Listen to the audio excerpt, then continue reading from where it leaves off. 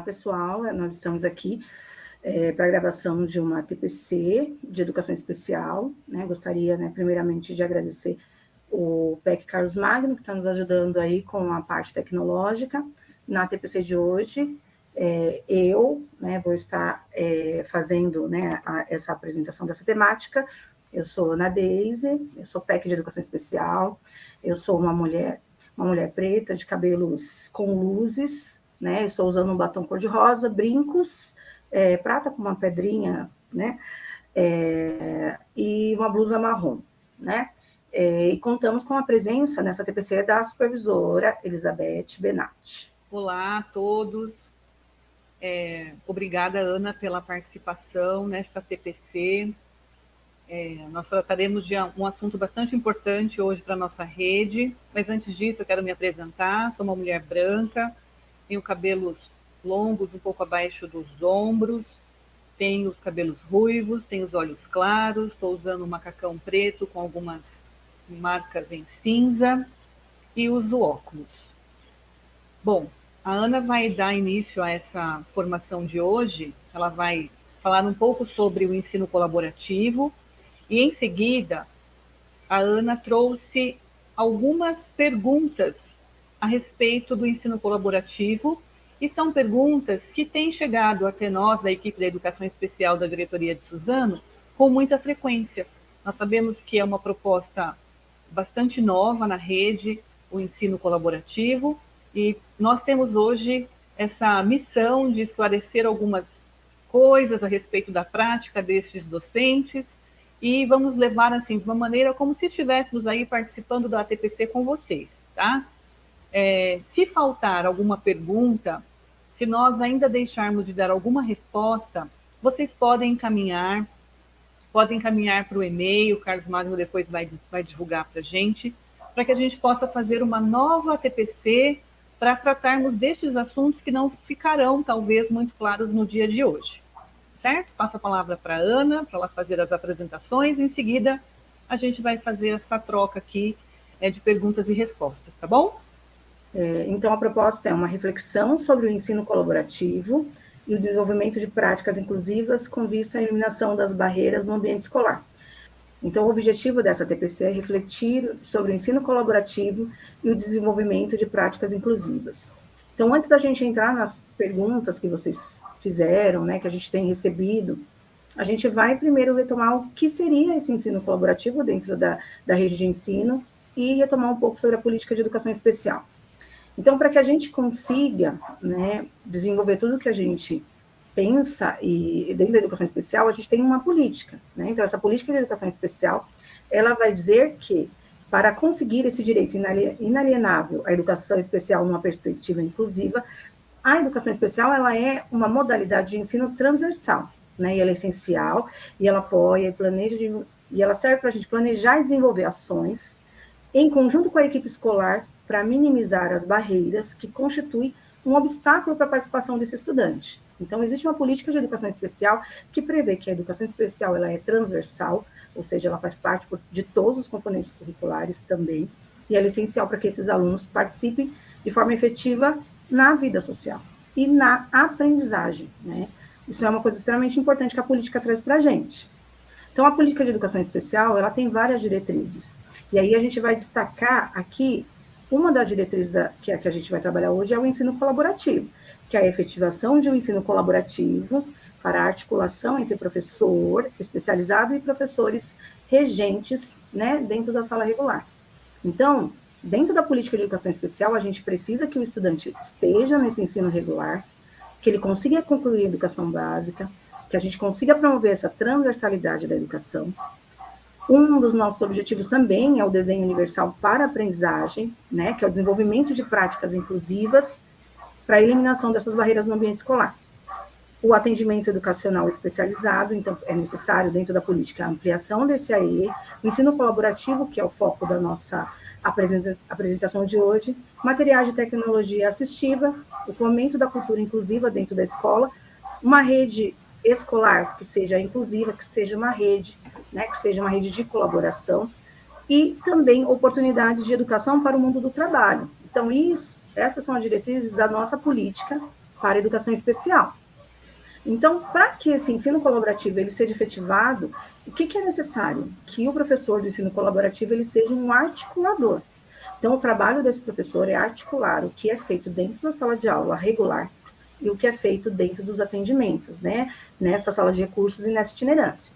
Então, isso precisa ficar claro para todo mundo, que o serviço de educação especial, ele é conduzido para que a gente possa efetivar esse ensino colaborativo, que a gente vai promover tempos e espaços para que esses professores, eles possam articular os trabalhos que eles estão realizando. Então, quando a gente tem o atendimento e quando a gente tem a aula na sala regular, faltava essa pessoa que fazia essa articulação, né? Então, era uma das nossas demandas.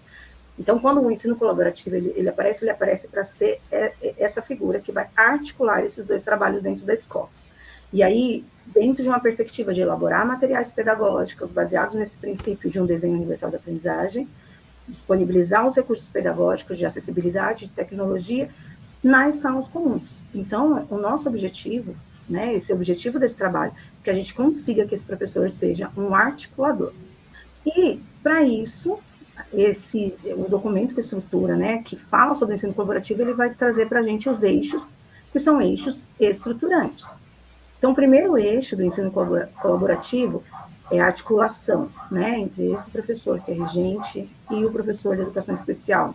Né? Então, esse é um ponto extremamente importante que a gente precisa pensar.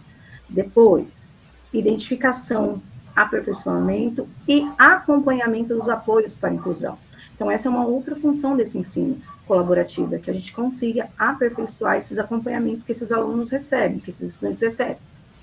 O ponto 3, todos os estudantes com e sem deficiência no mesmo espaço físico, com o mesmo currículo, garantida a acessibilidade. Então, outro foco do ensino colaborativo não é um ensino para que eu tire esse aluno de dentro do contexto da sala regular e faça um trabalho separado com ele. É mais que isso, é uma cultura inclusiva, são todos os estudantes juntos no mesmo espaço, os que têm deficiência e os que não têm, com o mesmo currículo, não é um currículo diferente. A gente precisa garantir que esse currículo ele se torne acessível. Então, uma das estruturas desse ensino colaborativo é tornar o currículo acessível. E um outro ponto é que o ensino colaborativo ele também deve contribuir para a formação continuada dos docentes para a prática desse ensino dentro da escola. Então, a formação continuada dos docentes dentro da escola também vai passar pelo ensino colaborativo. Então, esses são os eixos para o trabalho do ensino colaborativo, tá certo? Então, a gente retoma aí esses documentos para a gente pensar o que diz a política, quais são as diretrizes para esse trabalho e quais são os eixos que estruturam esse trabalho do ensino colaborativo. E aí, entendendo tudo isso, a gente foi recebendo algumas perguntas, alguns questionamentos dos professores, dos gestores relacionados. Mas como que a gente faz isso, né? Qual é o processo? Como que a gente consegue garantir tudo que essa política, tudo que esse documento do ensino colaborativo, como que a gente consegue favorecer que esse professor realmente seja um articulador? Então, aí a gente vai começar aí a pensar sobre esse como, né? O que a gente precisa fazer, eu acho que a gente entendeu. Agora, como nós vamos fazer isso, né? Então, aqui, algumas coisas a gente vai ver aí dentro dessas questões. Então, a gente vai pensar aqui em perguntas e respostas. Né? Então, vamos para a primeira pergunta, Beth. A Beth vai nos ajudar agora com isso. Eu posso pedir para o professor do ensino colaborativo ajudar a conter um aluno que corre na escola, que é agressivo? Vamos lá. Quem me conhece sabe que eu costumo falar de uma forma bastante objetiva e tentar ser o mais transparente e clara possível para que essa informação atinja a todos. Quem são esses todos? Os professores, os coordenadores, os COIs, os diretores, a cozinheira, o agente de organização, os gerentes, todos vocês precisam conhecer a proposta do ensino colaborativo. Quando a Ana me pergunta assim, Beth, o professor do ensino colaborativo pode fazer a contenção de uma criança em crise de agressividade? Esse professor que chegou com essas aulas do ensino colaborativo, ele chegou agora, né? A Resolução 92, que alterou a Resolução 68, que também foi alterada pela Resolução 29 e agora foi alterada pela Resolução 13 de 2023. É muito novo. O ensino colaborativo, nós começamos esse processo em 2022. Então, eu vou devolver a pergunta. Antes da chegada desse professor do ensino colaborativo, quem tratava das crises de agressividade que desde sempre acontecem nas escolas? Exatamente. Então, tem uma informação importante para falar para vocês. Um modelo de inclusão, que não é o do nosso país, nós estamos, obviamente, a muitos passos de alcançarmos um modelo ideal, adequado de educação inclusiva, mas nós estamos tentando, né, trabalhando sempre para que todos sejam atendidos com equidade. Um modelo ideal seria que todos envolvidos no processo de educação de todos os estudantes soubessem os protocolos de segurança em crises de agressividade, tá? Esse protocolo de segurança em crises de agressividade é chamado de PSCA. É um método onde nós podemos buscar informações, buscar cursos, treinamentos, oficinas, para aprendermos como fazer o manejo dessa criança, que não somente é da educação especial, nós podemos ter outras crianças com diversos transtornos, com crise de ansiedade, e não só os nossos estudantes. Podemos ter a comunidade, o pai e a mãe com crise de agressividade dentro do ambiente escolar, o professor, e nós precisávamos conhecer esses protocolos para sabermos o momento certo de atuar e como atuar no momento de crise. O mais importante disso, Ana, é saber como evitar esta crise, tá? É assim que a gente chama, tá? Não é surto. A gente fala que a criança, que o estudante, quando eu falo criança, vocês sabem o que eu estou dizendo dos estudantes, tá bom? Eles podem entrar num pico de crise. E tem um motivo para que ele entre neste pico. Normalmente, as crianças com transtorno do espectro autista, se existe alguma coisa no ambiente, pode ser no ambiente externo, como pode ser no ambiente interno. Alguma coisa que aconteceu com ele, está com dor, está com fome, está triste, não levou um brinquedo que ele costumava levar para a escola, o cachorro morreu, enfim. N motivos que podem estar acontecendo no ambiente interno desse estudante e no ambiente externo, um barulho, ele tem uma sensibilidade na audição, a temperatura, a luz, enfim. Eventos diversos podem desencadear uma crise de agressividade. Isso não quer dizer que aquela criança seja agressiva. Ela está tendo uma crise de agressividade por um motivo que nós precisamos descobrir para evitar que ela rotineiramente entre em crise. E principalmente para as crianças do transtorno do espectro autista, dentro do espectro, é importantíssimo a gente estabelecer uma rotina para que ele fique acostumado com aquela rotina e essas crises têm uma tendência a diminuir. Agora vamos à pergunta da Ana. O professor do ensino colaborativo, ele pode conter? Primeiro, contenção só faz médico, dentista e policial. A contenção tem 3 formas, eu não vou me estender, mas a contenção ela pode ser química, que é naquele momento que você precisa chamar o SAMU, porque a criança entrou num pico de crise, que ninguém conseguiu fazer o manejo daquele momento, daquele corpo, daquela pessoa. Então, em alguns momentos, talvez seja preciso sim acionar o SAMU, porque somente o médico pode fazer a contenção, tá?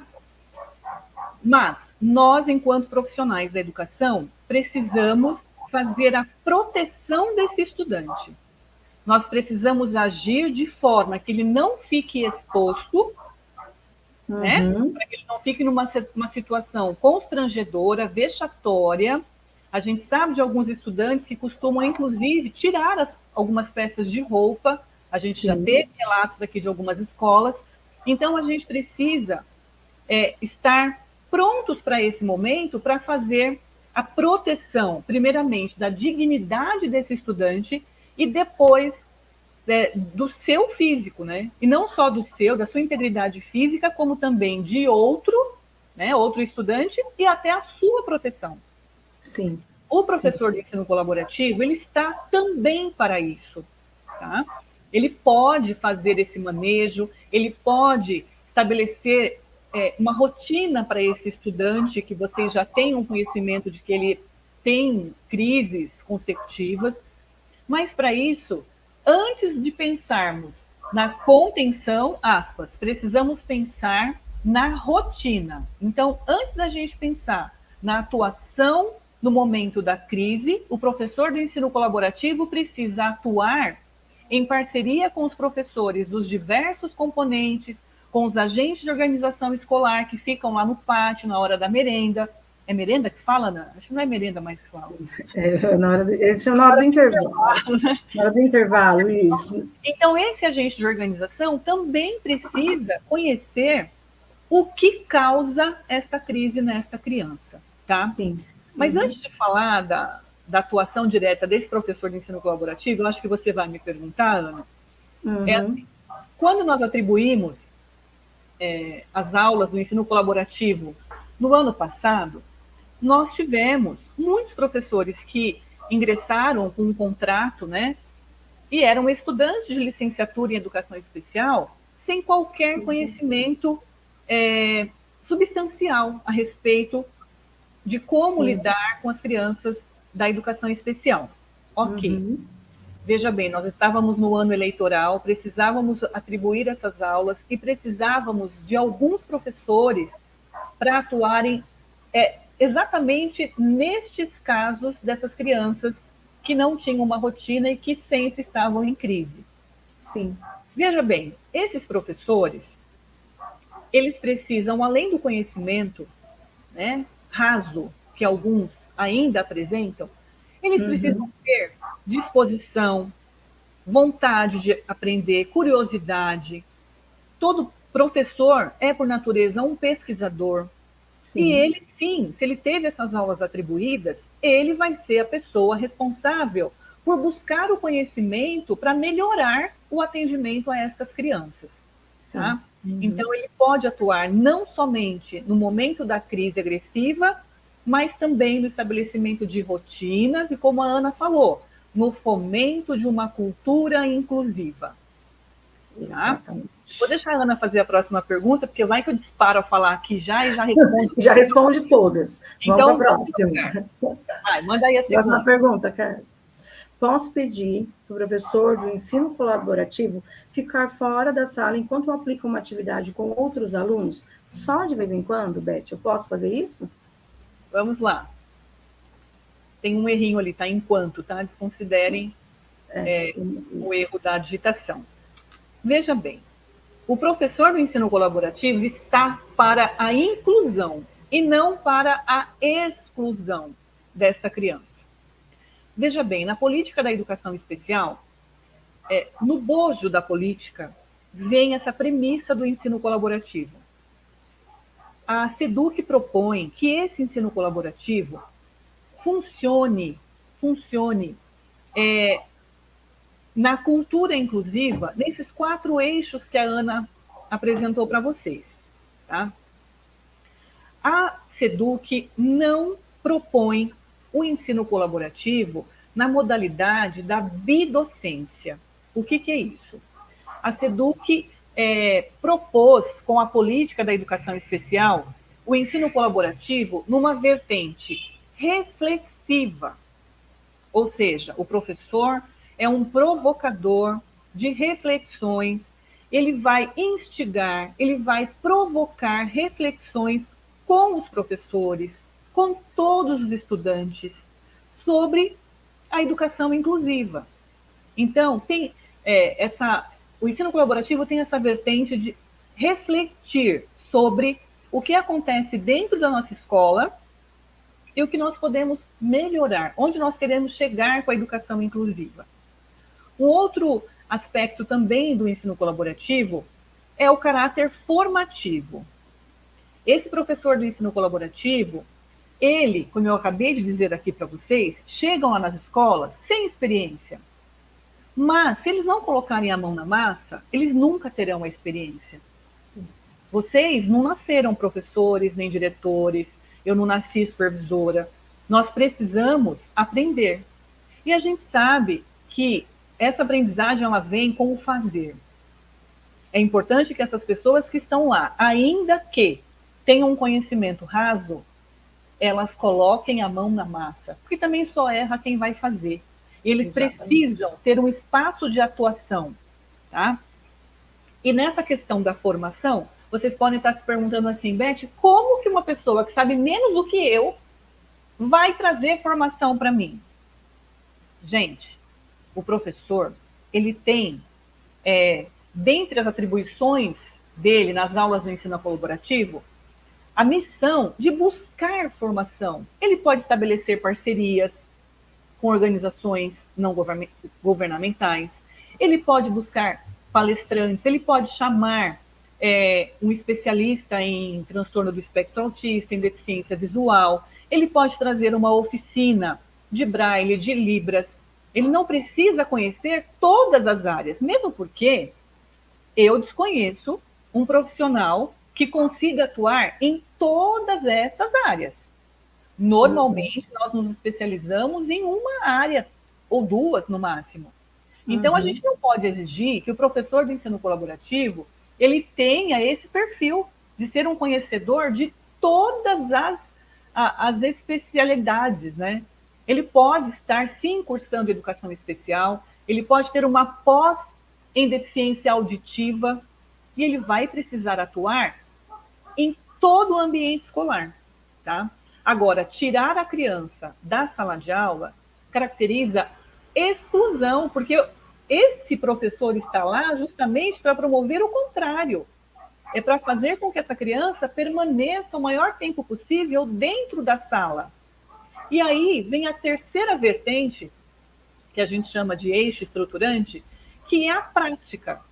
O professor do ensino colaborativo também pode atuar diretamente com o estudante. Também pode. Então, entendam, não é somente pode, né? Ele também Uhum. pode. Então, vou dar um exemplo aqui.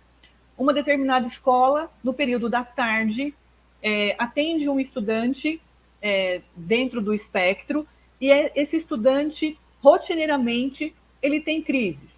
Ou ele se desorganiza ao ponto de não conseguir ficar dentro da sala de aula, e ele sai, ele corre pelo corredor, desce as escadas, todo mundo fica atrás dele, e a gente tenta colocá-lo dentro da sala, e ele sai, e fica lá o vice correndo atrás, enfim, o professor não sabe se dá aula, se atende essa criança. Para isso é que o professor do ensino colaborativo está na escola. Ele pode atuar nesse processo de adaptação desse estudante dentro da sala de aula? Pode, pode. Ah, mas espera aí, Beth. A aula foi atribuída para esse professor por causa do aluno do sexto ano A, Uhum. que Uhum. tem baixa visão. Veja bem, a atribuição do ensino colaborativo não está vinculado a um determinado aluno.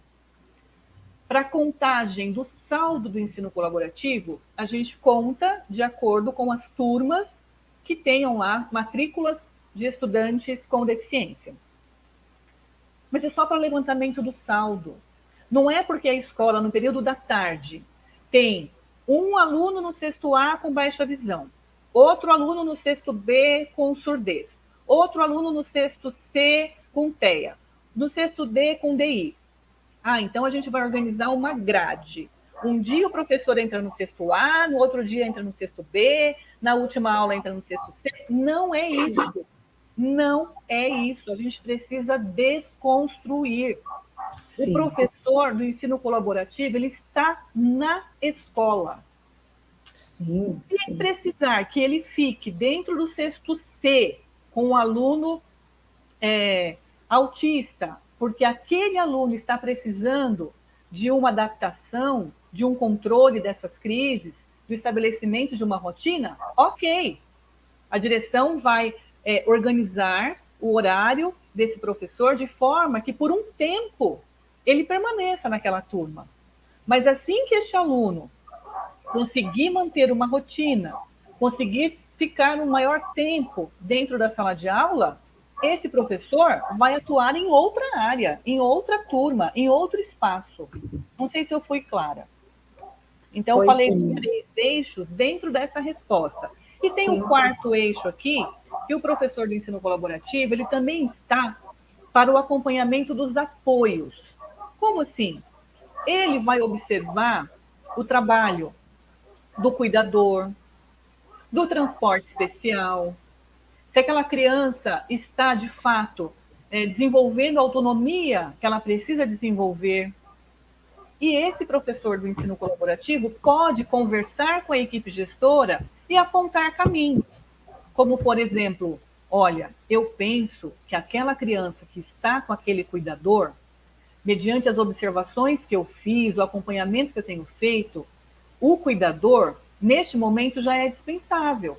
Ele já aprendeu a usar o banheiro, ele já aprendeu a comer sozinho, ele já está fazendo a sua higiene. Então, o papel desse professor do ensino colaborativo é atuar também nesse sentido. Não só ali no olhar, mas também na busca. A mãe está com uma dificuldade porque ela não consegue a ficha de avaliação médica no posto de saúde mais próximo da residência. A escola pode fazer um ofício, o professor do ensino colaborativo pode ir até o posto de saúde, procurar falar com o assistente social, tentar agendar, acompanhar esta mãe. Sim, ele pode. Ele está lá para colaborar, tá? É isso. Existe alguma lei que fala sobre o aluno da educação especial ter o seu horário reduzido? Vamos lá. Quem já me conhece já sabe a resposta que eu vou dar sobre isso.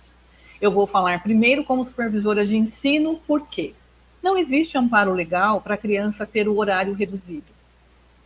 A mãe ou o pai, o responsável por esse estudante, foi até a escola e fez uma matrícula para determinada série ou ano, e aquela série, aquele ano, tem um período regular, né? As aulas se iniciam, por exemplo, às 13 e se encerram às 18h35. Se os alunos têm deficiência, permanecem neste período, os estudantes com deficiência têm o mesmo direito. Tá? Não tem amparo legal para dispensar este aluno antes do término do período. Existem alguns ajustes, eu vou chamar assim, que são necessários. Por exemplo, se é uma criança dentro do espectro e ela, no momento da saída, ela desorganiza, porque é um tumulto, tem muita gente, é muito barulho, toca aquela sirene dos infernos, né, na escola, ou então aquela música muito alta, e a criança, ela fica extremamente agitada e fica a um passo de ter uma crise agressiva. A gente pode fazer um movimento para proteger essa criança desta crise? Sim, mas cada escola vai pensar em como fazer isso. Isso não significa dispensar nem fazer horário reduzido. É uma adaptação para que a criança não sofra, tá? Ah, Beth, mas a mãe quer deixar ele aqui das 7 da manhã até, se possível, até as 15 horas da tarde. Né? Sendo escolas do programa, de ensino integral ou não, a mãe, se puder, deixa aqui o dia inteiro com a gente. Então, existe a questão do horário regular, existe a questão do horário do atendimento especializado. Aí eu vou devolver a pergunta. Uma criança com múltiplas deficiências, tá? Vou pegar esse exemplo. Uma criança que usa cadeira de rodas, ela usa fralda, ela tem, tem espasmos, ela tem um comprometimento motor severo. Veja bem, essa criança permanece na escola das 7 até meio-dia e 35. Né? A gente não pode expor essa criança ao sofrimento.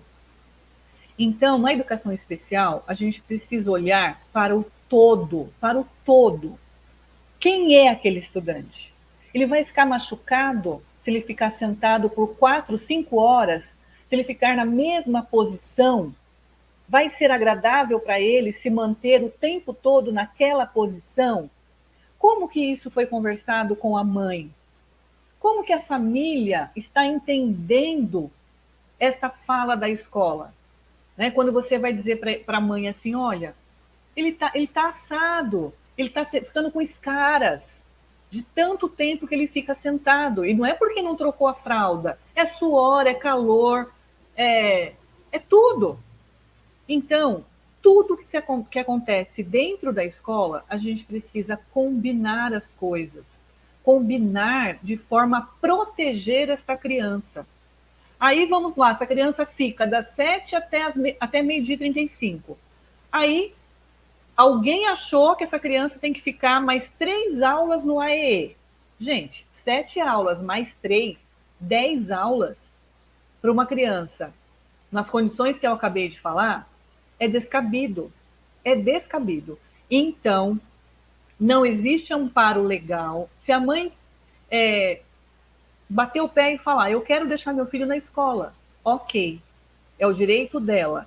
Mas esse professor, de novo, do ensino colaborativo, vai precisar criar um vínculo com essa família, estabelecer um diálogo, chamar para uma parceria, para que ela veja as condições que o filho fica, né?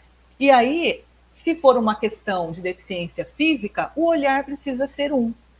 Se for uma questão do espectro, outro olhar, porque gradativamente esse estudante terá condições de permanecer dentro da sala.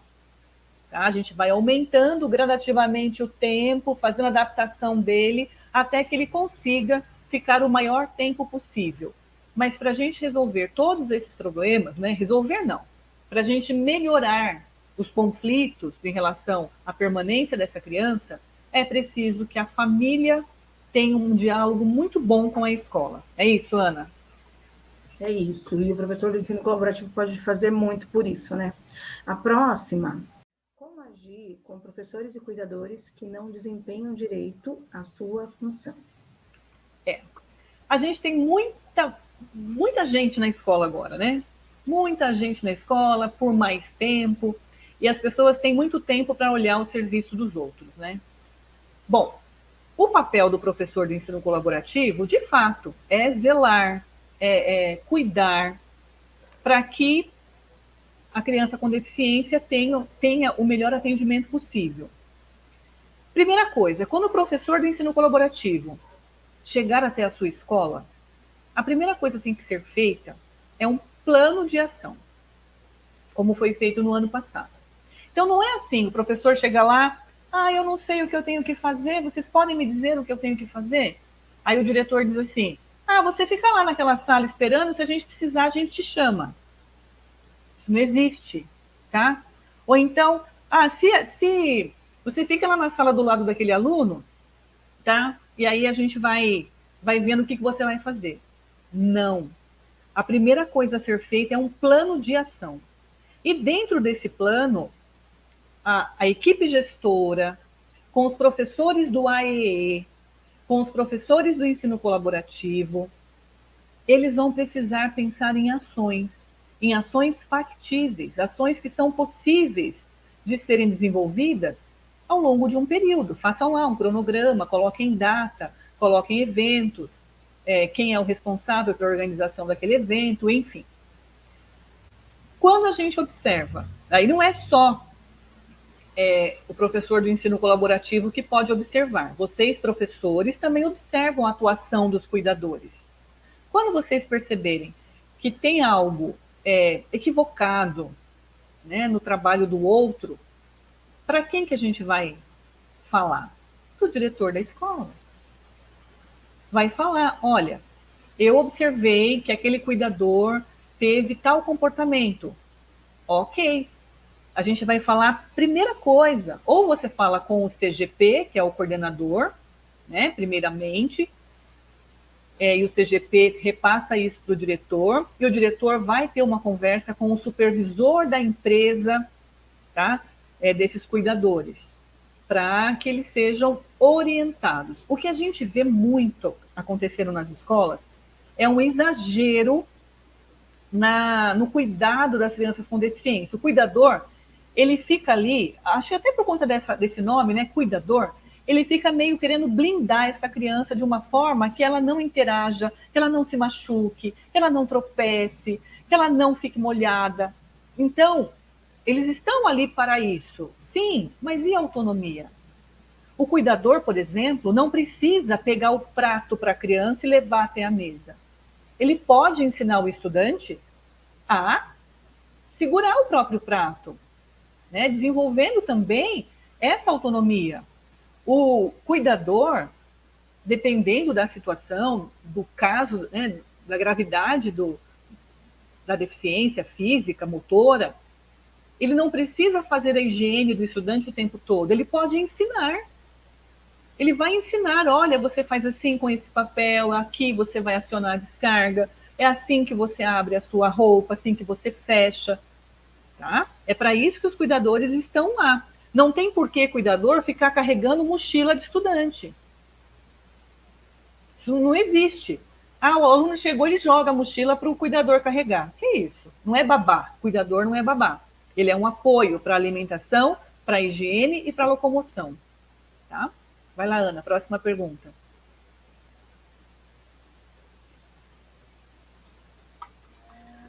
Peguei. Como agir? Não, essa já foi, né? A gente vai para 5, Carlos. Sim. Vamos lá. E nosso tempo está acabando, a gente tem alguns minutos. Eu falo demais. Beth, você já até respondeu, né? Peguei aulas de ensino colaborativo no oitavo A, posso já alunos de outras salas, né? Na sua fala isso já está claro. Não só Né? pode como deve. Deve. Né? Não pode como deve. Como deve. Ele vai cumprir o quê? O que está no plano de ação. Tá? Isso. Se o diretor entender que essa criança precisa de uma intervenção maior lá no oitavo A, ou se o oitavo A está passando por um processo de discriminação, fazendo bullying com alguma criança, não só pela questão da deficiência, por N motivos aí que a gente sabe da cultura inclusiva, sim, o professor do ensino colaborativo pode atuar dentro daquela turma especificamente com a intenção de promover a cultura inclusiva. Sim, agora 7, o que é fomentar a cultura inclusiva? A gente também já falou um pouco sobre isso, sim, né? Desse processo.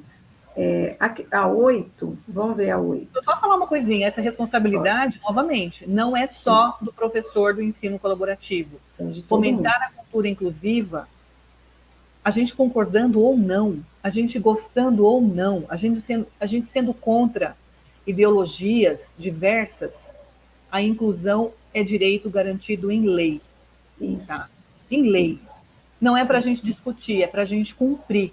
Agora, a forma como ela está sendo posta, está acontecendo, vai depender de recursos, obviamente, né? De políticas públicas e de pessoas. Por exemplo, eu preciso falar uma coisa aqui, Ana. Nós temos na rede hoje 2 professores surdos. Eu falo isso com muito orgulho, porque é uma área que eu tenho uma afinidade, e nós temos a professora Miriam, eu não posso deixar de falar, pedagoga, formada, ela tem o certificado de proficiência do ProLibras, que é um certificado emitido pelo MEC, e nós temos mais um professor surdo, que é o professor Gilson, licenciado em Letras Libras, também instrutor de Libras. Esses 2 professores habilitados estão contratados e devem ter todo o respeito que qualquer outro professor ouvinte tem. Dentro de uma escola, eles atuam. Eu não vou me lembrar de todas as escolas. Sei que a Miriam está na escola, se eu não me engano, Batista Reis, Davi Jorge Cury e Zélia Gattai. O Gilson está no Jardim São Paulo, Campos de Menezes e Alice Romanos. 6 escolas que têm a possibilidade de formar as pessoas em Libras. O professor do ensino colaborativo, ele pode ensinar Libras? Sim, o Gilson teve aulas do ensino colaborativo. Ele tem turmas de itinerância, onde 4 aulas são do ensino colaborativo. O Gilson pode ensinar para as cozinheiras Libras? Pode e deve. O Gilson pode ensinar Libras para as mães? Sim, ele pode e deve. Ele pode fazer na nossa APD um curso de Libras? Sim. A Miriam pode? Sim. Eles podem, tá? Eles podem. E outra coisa, tanto o Gilson quanto a Miriam, eles usam Libras, e nós não temos intérprete ainda atuando na escola para auxiliar o professor surdo. Tá? Nós temos os intérpretes dos estudantes surdos. Mas os dois, eles são fluentes, escrevem muito bem, eles se comunicam por texto, eles fazem comunicação, leitura labial, né? Leitura labial. Então, depende de nós, somos nós que temos que tentar estabelecer a comunicação, certo? Com esses dois professores. Eu não podia deixar de falar disso. Vamos lá, continua aí. Aqui, nós... Tá. Assim, a gente tem pouco tempo para fechar, mas essa pergunta a gente precisa responder. O professor do ensino colaborativo pode entrar nas aulas de eventual, do professor eventual? Então, deixa eu falar isso para você, que é uma pergunta que, geralmente, desculpa, Ana, acho que até te atropelei. Eu quero ter tempo para responder sobre isso. Então, entrar nas aulas dos eventuais, eu acho que a pergunta é assim, eles podem atuar como professor eventual? É isso, né? É isso. Então, não só os professores do ensino colaborativo, como qualquer professor que esteja na escola sem aulas e couber na carga horária deles uma aula em substituição, tá? Até o coordenador, se precisar, ele tem que entrar como eventual, não é isso? Não é isso que diz a lei? Uhum.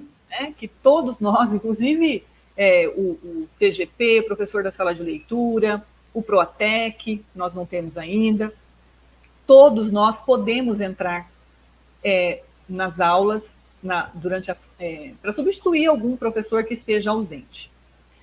Ele não vai tirar a aula do eventual. O eventual, professor categoria V, que foi contratado para ser eventual, é ele que vai entrar nas aulas como eventual. Mas, sabe aquele dia que você, coordenador, chegou na escola, você, diretor, chegou na escola e faltaram 10 professores, e você não tem eventual para tudo, e você precisa que alguém colabore assumindo uma turma? Por que não o professor do ensino colaborativo? Ele não vai ganhar nada a mais por isso, porque ele está dentro do horário dele, mas ele pode sim entrar a pedido do diretor. Mas o que ele vai fazer naquela turma, Beth? Ele vai trabalhar as questões da educação inclusiva. Ele vai trazer para aquela turma um assunto específico da educação especial. Tá? Então, ele pode, não é que ele deve, mas ele pode, e que isso não se torne uma rotina. Sim, principalmente nas escolas do programa Ensino Integral. Tá? O professor do ensino colaborativo, ele não é eventual de PEI. Ele pode atuar em parceria com os outros professores, tá bom? Ele pode, mas ele não é obrigado, porque ele não tem essa categoria V. Vai lá. E aí, sobre o plano, também você já falou sobre isso, né? Sobre que esse plano tem que existir, é um plano da equipe, que é construído por todo mundo, e não tem um modelo, né, Beth? É um plano que é construído coletivamente, de acordo com as necessidades da escola. Isso, nós deixamos bem à vontade para a escola criar o seu plano, porque cada escola tem uma realidade. E o que é fazer um plano de ação? O que as escolas mais fazem hoje por conta das verbas são os PAFs, né? Os planos de aplicação financeira, e vocês podem também fazer um plano de ação do ensino colaborativo voltado para a realidade da sua escola. Quantos estudantes vocês têm? Né? Quais são as áreas das deficiências?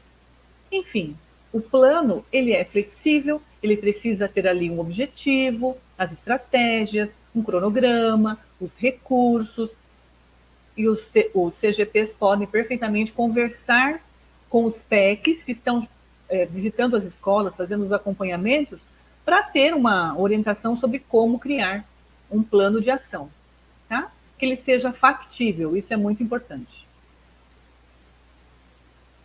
É isso, né? Sobre essa seria a nossa última questão, o público-alvo da educação inclusiva. Todos precisam ficar sob os cuidados do professor de ensino colaborativo. Também nós já falamos sobre isso, né? Não é só o estudante, né, que faz parte da educação especial, que faz parte do trabalho de ensino colaborativo, mas todos, né? Professor deve participar? É isso? Isso, ele deve participar de ATPC e ajudar na formação de outros professores. Também. Sim, nós já falamos, né? Eu falei você falou dos 4 eixos e eu reiterei dizendo da formação, tá? Sim, é isso. E quais as ações do ensino colaborativo junto que a família pode realizar, né? Que ele pode realizar junto com a família. Essa também você já respondeu, né? Que essa parceria ela é contínua, a parceria com a família é importante, né? Para esse trabalho. Eu tentei responder aqui, Ana, de uma forma bastante rápida e sucinta, essas perguntas todas aí, que são situações que estão chegando para nós na diretoria de ensino e que a gente precisa esclarecer, certo? Eu espero ter ajudado, viu, Ana, a esclarecer algumas coisas. Falei de uma forma muito rápida. O que eu peço a vocês, tenham paciência. Esses professores que estão chegando precisam de apoio dos CGPs, precisam de um plano de ação que eles possam executar na escola, precisam de direcionamento, precisam de um espaço, tá? Os professores do AEE precisam trabalhar em parceria com os professores do ensino colaborativo, ninguém tira a vez de ninguém, o espaço é público, a sala do AEE é da escola, é do estudante, não tem material meu, material seu. O material que é seu está na sua casa. O material que é da escola está para uso dos professores e dos estudantes. Ok? Então, eu desejo, assim, muito sucesso nas ações da educação especial, do ensino colaborativo. Nós atribuímos todas as aulas e, de verdade, esperamos que tenhamos resultados positivos ao final desse processo, Ana. E não deixe de enviar aí as suas dúvidas para que a gente possa responder, se preciso até ligar para a escola, falar diretamente com vocês. A gente está aqui para apoiá-los no que for preciso.